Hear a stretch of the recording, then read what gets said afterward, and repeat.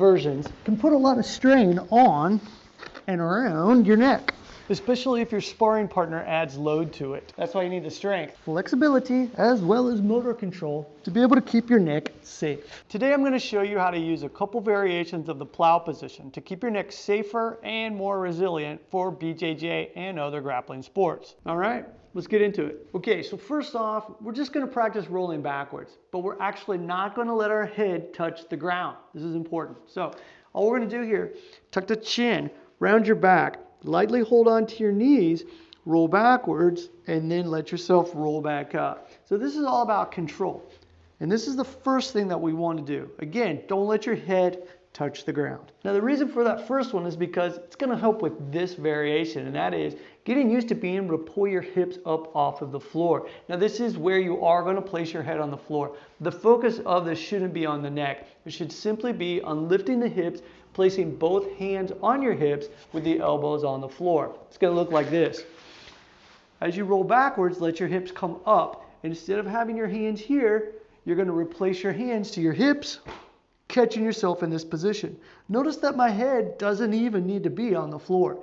It's just a matter of catching my hips in the air with my hands, using my elbows on the floor for support. Let go, roll forward, and then do it again.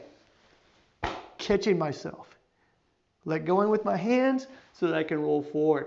Give that one a try. The next one is where we're going to start to add a little bit of pressure to the neck, but the focus is actually on the knees and in trying to get the knees up over the shoulders. This is what it's going to look like for this one. Same thing as we did before where we let the hips come up. But from here, you're going to try and place your head on the ground and push your hips back. What's going to happen is it's going to drive your knees further past the shoulders. Notice that I'm not straightening my legs. I keep in a tucked position. And it's actually easier if you try and pull your heels towards your butt. Hold yourself on your back here, just trying to get comfortable in this position and not overloading the neck. That's really important. I can still move my head around and actually pull it off the ground a little bit if need be. Let go. Roll back into the position.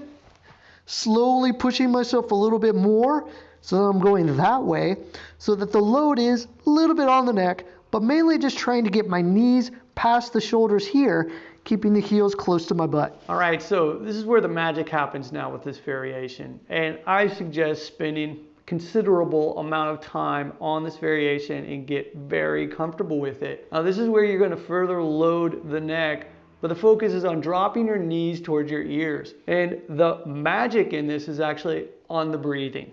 So let's check it out. I get up into that previous position and I move my knees further back. My hands are still on my hips here or are in your lower back. Now, we're going to start lowering the knees. As you lower the knees, I want you to exhale and start to fold when you go down. I actually like to breathe through my nose, but because I'm talking to you, I'm going to be breathing through my mouth.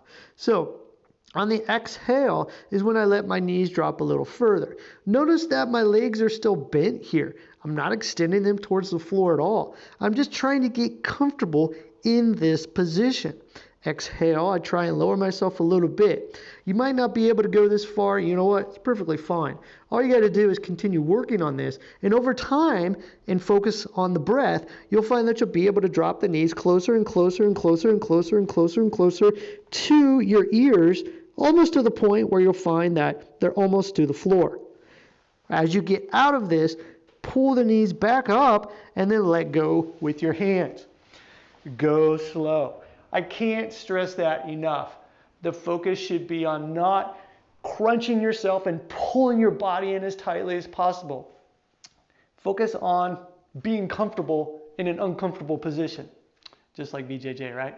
All right, so you spent a good amount of time working on that last variation. You're good to go, right? Right, okay, cool. Now what we're going to do is actually go into the full plow position. It's actually a lot easier than you think as long as you've been working on that previous variation. Remember, that's where the magic happens. Now, check this out. All I'm going to do is get into that previous position. I'm going to exhale to the point where my knees drop down and I'm in a very comfortable position. Check out my heels. They're still relatively close to my butt. Now I can still use my hands here on my hips for support. But for this variation, all you're going to do now is let your toes touch the floor. By this point, you're not going to have to force it. It's going to happen naturally because you've been spending so much time in that previous variation getting your knees closer to your ears.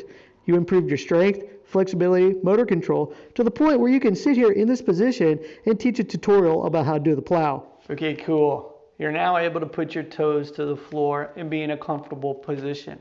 But it doesn't stop there. I'm going to show you some variations that you can start working on. That's going to further help you for when you're actually rolling with another person so that you can be very, very comfortable in having that proper neck strength, flexibility, as well as motor control. Okay, so this first variation is simply going back, dropping the knees, letting your feet come to the floor, and now you're just going to extend the legs. Just imagine taking the back of your knees and pushing them up towards the ceiling. That's it. This is also going to help, obviously, with your hamstring, strength, flexibility, and also the control and actually just getting into the position. To get out of this position, place your hands on your hips, pull your heels to your butt, then take your hands away, simply roll forward. All right, this next variation is simply we're going to put everything together into one smooth, fluid motion. So I'm going to start here, I'm going to roll back, touch my toes to the floor, roll back up. That's it. Don't hold your breath, by the way, when you're doing this. Make sure that you're not putting tons of pressure on your neck, but you built up to being able to do this, so you should have no problem. Now it's time to roll back, and we're going to go side to side.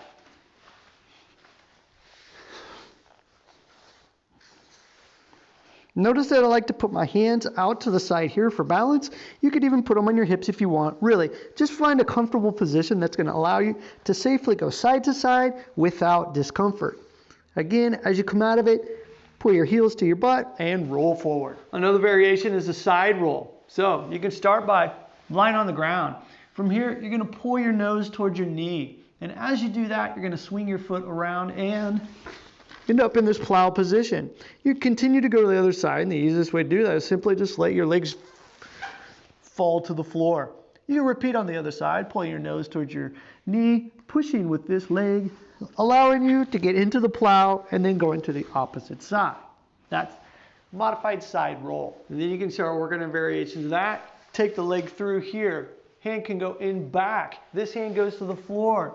As you push your hips into the air, you go up into the plow. Continue by dropping your hips, letting your foot swing to the outside, and you sit up out of that. Return, pull that foot under. Arm goes over, hips up, go through the plow position, and right into the opposite side. Next up, we have the back roll. Finishing in this stays up position, I can come back again, go to the opposite side, let my arm go out to the side, or keep it in tight. A little variation of that back roll is where I swing my head through as I go over. And of course, you can work on getting in and out of the plow with a partner. I've shared a lot of variations with you here, but it all goes back to that magic variation where you're focusing on dropping your knees closer to your ears, making sure that you exhale when you do it. If you like this vid, then watch these next.